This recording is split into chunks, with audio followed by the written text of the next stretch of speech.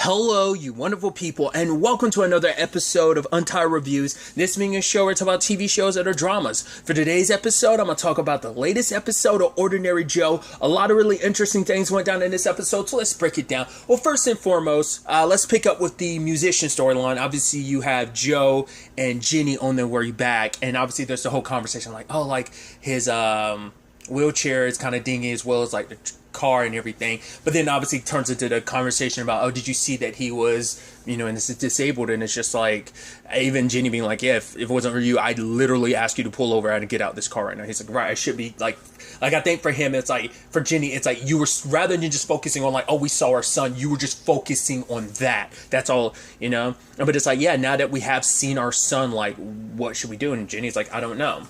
And so we're in this complicated situation where now that he's seen his son, it's like, what's next? He's talking to his Uncle Frank about it. And his Uncle Frank is like, you need to tell Amy about it. He's like, well, let me tell you how this conversation is going to go, because he's played it out in his head a million times. It's like, it's going to be like this. I'm going to bring up the fact that, oh, me and Jenny, we had this child. Oh, even though we've tried and again, and we've never been able to successfully have a kid, but oh, here's this kid I have with someone else. It is a complicated conversation, but it actually goes in line with what Eric had brought up, that the fact is Joe always avoids a very complicated conversation, and it is a very complicated conversation. But the fact is, you can play the scenario over and in your head over and over and over again, but you will never know for sure how someone will react. You never know how someone will say if you don't give them a chance, because she's your partner. You're supposed to be in this together, and you're not giving her the opportunity, telling her some vital information, because you never know if she could be like, wait, like if anything ever did come about it, like who's to say Amy won't be like, oh my god, we could adopt you? Like you never know. Like she'd want you to probably be like, hey, if the conversation of like, hey, do you want to try and be in your son's life and get to know him? I want to be there with you. It's a complicated conversation, but he doesn't want to have those complicated conversations. I think it was specifically in the detective universe that Eric brought that up, but it's still applicable in this. And so, just for now, he doesn't want to talk about it, but later on he does with Amy. Granted, Amy already had a conversation with Bobby about the fact is that, Joe, like, he went somewhere out of town. Did he tell you about where he was going? And I was like, oh boy, of course it was going to go. Because also, he's a celebrity, so, like, that's going to, like, be an issue on its own right. But, essentially, she even asked him about it later on. She's like, oh, so what'd you do yesterday? He was like, oh, I was at home playing music, which she knows was a lie. But the problem was Joe was going to talk to her about it, but then she, it's not just like the campaign is tiring, not just like all the political stuff. It's just like the emotional stuff as well. For her, it's like she talked about the twins. She's like, I could still, like, it almost feels like I should still, like right around now, I should still be feeling them inside of me, but I don't. And hearing that conversation, like, once again, it's a tough conversation. And of course, he doesn't want to bring up something like, especially because for Amy, it's like, she brought up the miscarriage, and like now all these women are coming up to her. And I think it's just a constant, like, she's glad she's able to help women, but I think it's just them bringing it back up to her. It's just a constant reminder. It's like, I already have to deal with it on my own, and having, like, I'm glad I'm able to help people, but I think it is that complicated thing of like, it's a double-edged sword, because people are walking up to you, be like, oh, thank you for talking about, and it's like, yeah, just constantly being thrown up in your face, kind of like such a tough thing for you that you yourself are still processing, So I'm not saying the people who are walking up to her and bringing it up and messaging her about it are wrong. It's just like, no, because it spoke to them, but it's just also the thing of like, she's still like going through it herself. She's still trying to figure things out on her own, because at least she has the campaign to kind of distract herself. But at least when that campaign and this kind of circle together, like, it just makes, and so Joe was just kind of like, oh, yeah, I just wanted you to know I'm going to be here if you need anything. And so he wants to be there for her. But because basically the media, or like, a political strike against her was being used in the form of like Joe, like saying like, oh, like she's just campaigned by like her rock star husband and that persona and everything. And it's like, I'm using your money. He's like, it's not my money. It's our money. She's like, I know, and thank you, but maybe you should lay low and stay home. But he wants to be there to support her, especially because he missed out with her speech. He was there, but, not in the way that she needed him to be. And so she just tells him to kind of stay home and lay low. Him, wearing a disguise, decided to go and visit Christopher, because I think being around Eric's daughter Wild kind of shifted that in, because it's like, right, he's stuck kind of babysitting, and you know, obviously it's like, yeah, I'll do anything for my best bud who's like trying to like get with someone, you know. It's like, right, I don't know if they talked about how far him and Adam went. I think in this reality is the first time they talked about him and his significant other. They did say that, like, obviously he's like on his own, but this is the first time they talked about it. I guess they were just seriously dating, but maybe I don't know if it was a marriage thing. I think it was just kind of they were just seriously dating, but that, you know, interestingly enough, I think that's fascinating, because I think Eric's story actually kind of plays into the through line of like, there's not just one person for everyone, because everyone believes in a soulmate, and it's like, but there's not just one person for you. They're just people, you know. And I think that's an important lesson too, and distinction. You know, once again, I will always go back to this. It's from a Tyler Perry play, because I remember my mom used to get those on DVDs, like some of the ones that they recorded and put out on like DVD and stuff.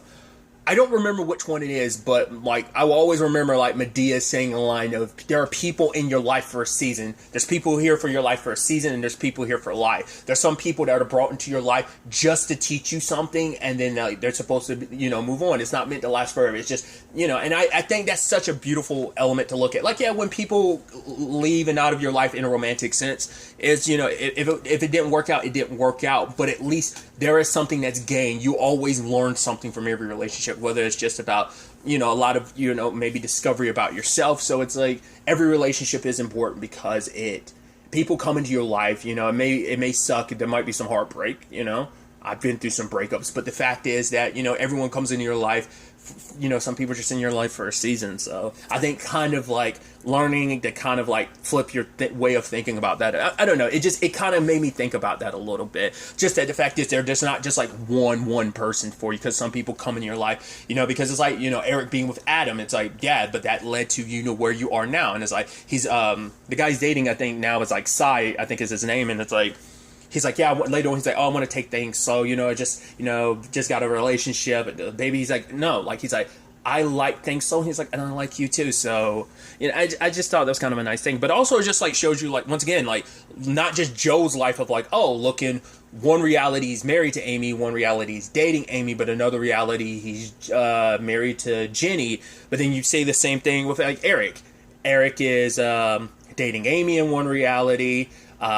He's married in the detective reality. Or yeah, I think they're married and they're having a baby on the way. And he's currently single, kind of in that dating realm in another reality with a baby. So it's like, it's interesting that it's not just Joe's life that parallels that. Like, of like, oh yeah, you know, just that range of just like, yeah, like your dating life can be vastly different depending on the choices that were made, just like Eric. So I thought that was fascinating. But continuing down the route I was on, babysitting Wild and, you know, getting his mom's help, it's like, you know, that spark is kind of what he wanted, and I think that like reignited inside him. It was like, well, I've got free time, so I'm gonna go, and, you know, because he wanted to go to Zeke, his Halloween thing that was happening. So I thought that was, but he initially told his Uncle Frank he wasn't going to, but then so I know I didn't even think of, because there's a lot of stuff that kind of went on and I didn't even realize. It's like, oh, I wish Uncle Frank could be here. I believe that was in the nursing reality. So it's like, oh, I guess his Uncle Frank died in that reality at some point in time, which is, I think so. I'm trying to remember, yeah, because I'm trying to think, yeah, he never like met up with his Uncle Frank. Plus, there's also like I kept seeing like a Celeste mention. I was like, who's Celeste? He has an older sister, and I'm like, wait, what's that about? Like, it's like she's gone. Like, it doesn't seem like I don't know if that's like she's gone, like as in she's dead, or is it like she's gone as just she doesn't live there anymore? Like, because it's like, oh, raising you and your sister, and I was like, she must be gone, because it's just like, it's just none of the realities really touch on that. But like, she was like referenced the other episode. I was like, who the hell is Celeste? Where's his name coming out? Oh, he has a sister that like they have not mentioned at all, like in reference, and I'm like, what's that about? So maybe that's something we'll see kind of later on in the season. But hearing about his mom saying, like, kind of like, you know, how much of a joy it was, like, raising Celeste and him, that, yeah, she might be gone now, but it doesn't take away the joy of, like, yeah, like, it's kind of the thing of, like, gone, or whatever the reasons may be, whether she passed away, or whether it's a situation that she's just not there. It's like, it's, you know, that all kind of sparked him to go to Zeke's Halloween thing, and he withdrew like $100,000 from their him and Amy's account, and he basically got a car and made sure, like, wanted to make sure, like, you know, he would donated it to like Zeke and stuff like that. And he actually got to talk to him, and sadly, Bobby brings that up to Amy, and it's like, oh, I'm sorry, yep, someone took a picture of him and Jenny together. It's like, oh, someone's following us. It's like, it's Bobby, isn't it? I think he's looking for Unit. Like, you can't help but look at his situations a little alternative motively when you look at how he is in the detective universe, how slimy he could be. Like, the way he was trying to turn Joe against Amy last episode, like, trying to, like, besmirch that relationship. So for him to try and do, like, I don't know. Especially because it's sad because, like, now Amy's under the impression that Joe is having an affair, so her and Bobby, because Bobby has been there for her when Joe hasn't, so he's been someone that she can lean on when she can't lean on Joe. Now she's finding out, oh, is he having an affair? And Bob's like, I'm not going to say that. It's like, yeah, he was with Jenny before, but I didn't want to say anything before. It's like, you waited to the perfect opportunity. You had actual proof of him being with Jenny to really, like, sell that. And it's like, yeah, like, is he spending the money on her? It's like, and sadly, no, he was donating. He bought a car and he was donating because Jenny wants nothing to do with him right now. It's like, he showed up at a party. He's like, we should go to, like, her party or whatever. And she was like, no, I'm not going. Just leave me alone. Don't contact me. So she's having her own rough time, and her whole life is about to blow up because I don't know if that picture is going to go public because it's Jenny from behind, but it won't be enough to, like, but especially because in Amy's mind, it's like, right, like, they dated back in the day, and he feels like what she was, like, under the impression, like, what if everyone has one person, and that's, you know, what if she's supposed to be his? So that led to that, and it's like, it's sad because, like, he didn't have an affair, but you did. Yes, he's lied to you, and that's the thing. Like, if he had told you the truth, they could have probably worked through this. They could have talked it through. Things wouldn't have gone down the route they did. It's just a misunderstanding and a live omission led to all of this. And so it's definitely going to be interesting to see where this kind of goes, because currently the only people who know the truth are Jenny and Frank and Joe's mom. They're the only ones who know the truth about him having a son that he didn't know about. So we'll see where things kind of go from there, which is, like, it's just kind of sad and bummer for that. That'd be the ending of that. Then in the detective reality, Eric's the one that convinced Joe's like, once again, don't avoid hard conversations. Talk to Amy, get her side of things, you know? And he ultimately does. And it's like, yeah, she's like, what you heard? It's like, yes, me and Bob, we had an affair. I thought he was going to leave his wife. But she's like, at the end, it all worked out because it led me to you. And he was like, oh, I feel like such a jerk because he was going to end things. And it's like, Eric was right. Don't throw away something good before it really has an opportunity. And he's like, well, I need you to kind of be wary of Bob. And she's like, what? It's like, we're kind of investigating Bob. You mean the victim of him getting shot? It's like, yeah, but there might have been a reason why he got shot. That there's... it's like, you just got to talk to Jenny about it. And obviously, like, Amy's just kind of like, ugh. I actually preferred the cold shoulder that you were giving me before. But then she actually goes and talks to Jenny and finds out. She finds, like, a plaque that belonged to Wayne's sister. It's like, was it Carrie? And it's like, oh, I had the exact same thing, the exact note on the back of, like, oh, it was you all along. I love you. In that case, it said Carrie. And this one, you know, the thing that's framed says the exact same thing. And so does the back, except you exchange Carrie for Amy. And it's like having to sit down to realize, like, oh, like, his intern killed him. Like, she paid him all. That there was a payoff. And then Carrie killed herself, like, a year later. And that's why Wayne shot. Now, whether or not Bobby actually did something, in this reality, at least it seems like a little slimy, because the reason why I'm like, there might be more to it is because in the nursing reality, Bobby was like, wait, Carrie's dead? Like, he might not, like, maybe in the detective reality, maybe he had some part to do with it, or maybe he didn't. Maybe it wasn't until he found out about Wayne that it's like, wait, his sister, like, it might be like the affair happened in the nursing reality. It's just that he just didn't know about her death. Maybe he had nothing to do with it. Maybe even the detective reality, he had nothing to do with it. Or maybe they just didn't have that affair in that reality. I mean, but it seems like that. The sad thing is, it seems like that's a commonality in Bobby's. That's so interesting, you know, like, across 3 different realities, that's still in your nature in some part to you. That's kind of sad, because it's almost like, because it almost flows into that thing of, like, right, but if you're still kind of, like, having affairs with people throughout all your realities, it's kind of like, it almost makes you go, is cheating just in your DNA? That kind of sucks, because it almost makes it seem like, I mean, to be fair, we're seeing 3 of a multiple possibilities of different realities and stuff like that, but it still just kind of goes, 3 out of 3 realities you're having an affair. It just, it comes off a little like, yeah, just because it almost feels like, so some people can change, but there is the aspect of, and I think it is an important thing they are trying to discern in the show too, is that just because your life plays out differently doesn't mean it doesn't change who you are at your core. Like, Joe is still who he is at his core, having a hard time opening up, having those hard conversations. That's an aspect that resonates across all 3 versions of Joe. So it's like, yeah, people at their core don't change, even though like the things around them, yeah, they have your environment has an influence on you, but who you are at your core, your personality, certain aspects about you don't fully change like that. So we see it kind of resonate in that regard for Joe, but I think the same thing can be said in this regard to like Bobby. But it's just such a negative and kind of like sucky aspect of him that it seems to be the commonality. Well, also his condition too. But it's just like, and his response to that condition, I guess, is kind of similar yet different across all the, like how he's responded to it and what he plans on doing. Like, because I think the detective reality, it hasn't come up yet, because because in the nursing reality it found out because he got shot and he was recovering from that. He found out on his own in the musician reality. So I don't know, it's just interesting.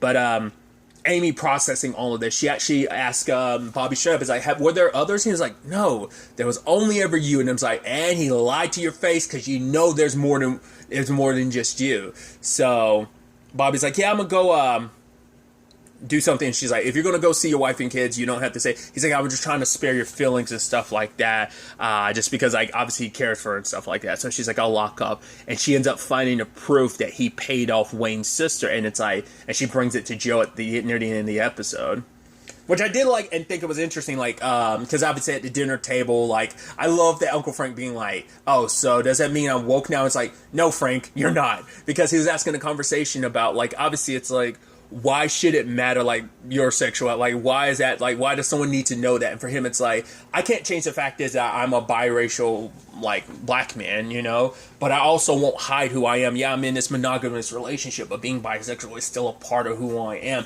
and I'm not going to, like, hide away who I am. I shouldn't have to hide away who I am, you know?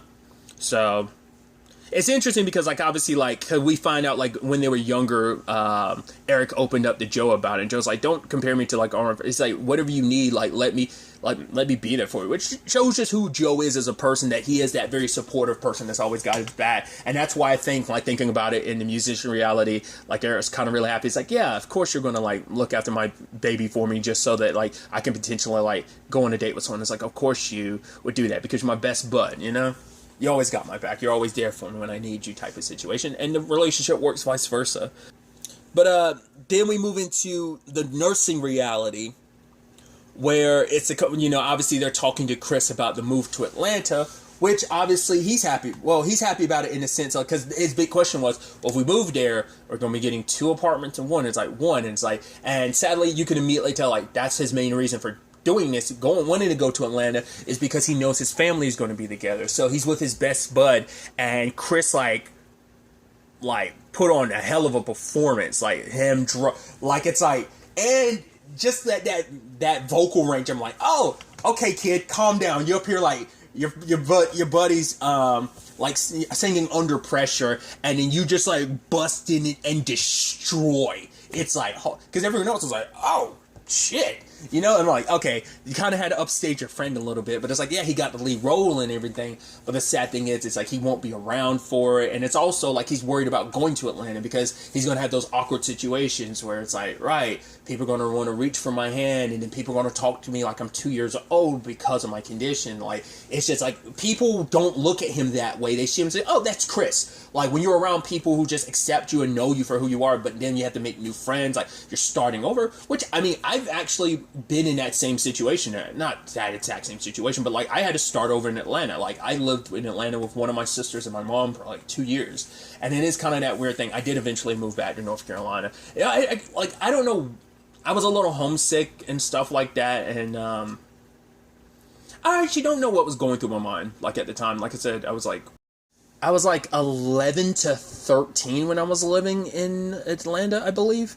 So whatever the case may be, like, I get that whole, like, starting over thing and just, like, how complicated it is to kind of leave behind, like, all you've kind of known for a couple years beforehand. So, but besides all that, like, his friend is telling him, like, oh, talk to your dad about it. But he's like, I don't want to. Like, if I talk to my parents about it, they'll, like, going to Atlanta is what's keeping them together. Like, so if I decided, for him, it feels like, oh, like, I want my family to be together. Like, despite how I'm feeling, like, I don't want to say anything because I want them to stay together.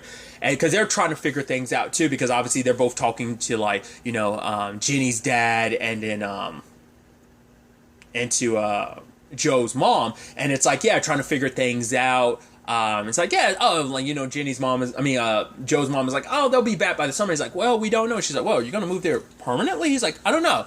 Depending on how things go with Jenny, as well as the hospital I'm working at, like, if I really like it, then maybe, you know, so it's kind of adjusting. Obviously, Chris is making a long list of all the people he wants to say goodbye to. They weren't able to make that Mars rover, like, costume he wanted to make. And obviously he's just kind of, all of it's kind of getting to him, but he's not really saying anything. He's trying to be, like, happy and just, like, yeah, because he doesn't want his parents to worry, even though obviously they're going to worry. But ultimately, Chris opens up to his dad about it. Like, because obviously his grandma worked with, like, Amy and Eric fixed the food and everything to make it so that the party kind of went off without a bash.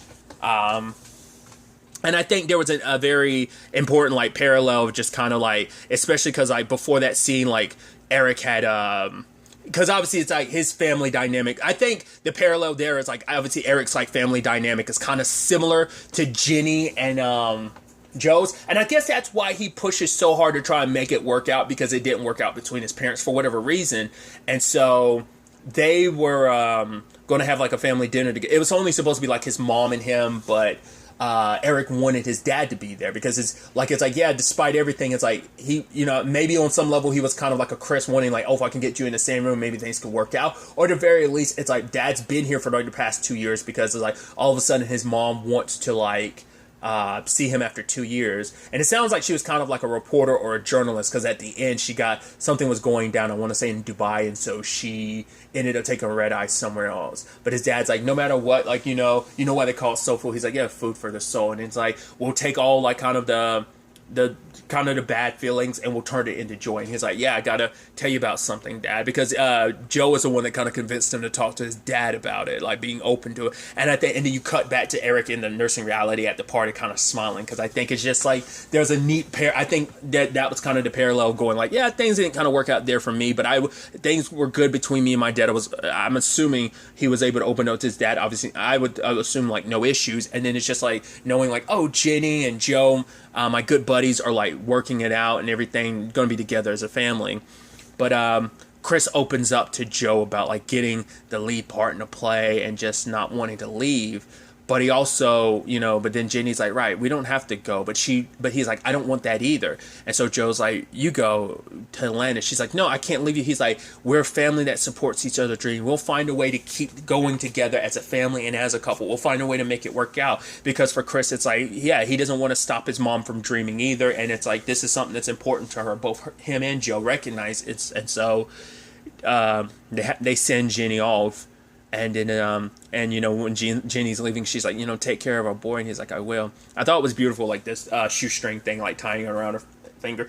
Because obviously, like, I don't know if this is the parallel they're going to it for. And I only know this because of, like, anime and stuff. But there is that, like, connections you have with people. There's, like, a red string that, like, connects you to people. I think that's a Japanese thing, but maybe it's not just a Japanese thing. Like, I only know it because of, I think because a lot of, like, anime and manga are, like, based on, like, they're, like, exaggerated, like, things that are, like, mythology and just, like, folklore and just, like, little, like, things in the Japanese culture that I think that's one of the, it's supposed to represent, like, an onion, like, something binding you to someone else. It's supposed to be, like, a forever connection type of thing, if I'm not mistaken. Like, I'm not remembering well because, like I said, I think it's a Japanese thing, but it might not be. It might be a multicultural thing, but I don't know. So I thought that was kind of an interesting development. Like I said, every reality has its challenge. It seems like I still feel like, man, the nursery reality seems like best choices. I don't know, best circumstances. Like I said, every life has its hardships, and it just seems like things. I don't know. I mean, things are working out to the detective reality. He's with Amy and everything. Granted, he doesn't know about Chris. Obviously, he wants a family. I mean, to be fair, things just. I mean, it still happens across all the realities, obviously, but it's like, at least like him and Jenny are there to like work through it together. I mean, her being away might be a complications in its own right. I don't know. Because it's like, well, she has to leave, and it's like, well, the only one that's kind of in a good place, maybe, potentially, is Detective. I mean, they're still in a good place, and they still got to figure out everything's going forward, because Jenny did, rescind the divorce papers and stuff. But it's like, well, at the end of this, it's like, well, Detective Joe and Amy are, back together. That still comes with its complications with the whole Bobby thing of, like, what that gets revealed to be and whatever secrets kind of lie there. Like I said, whether or not Bobby actually had anything to do with Wayne's sister's death or not. I'm really curious to ultimately see where all of this ends up taking us going forward into the next episode. But really, that's all I'm going to talk about. Till next time we meet, be happy, be safe, live life to the fullest, and enjoy it. Good day and goodbye.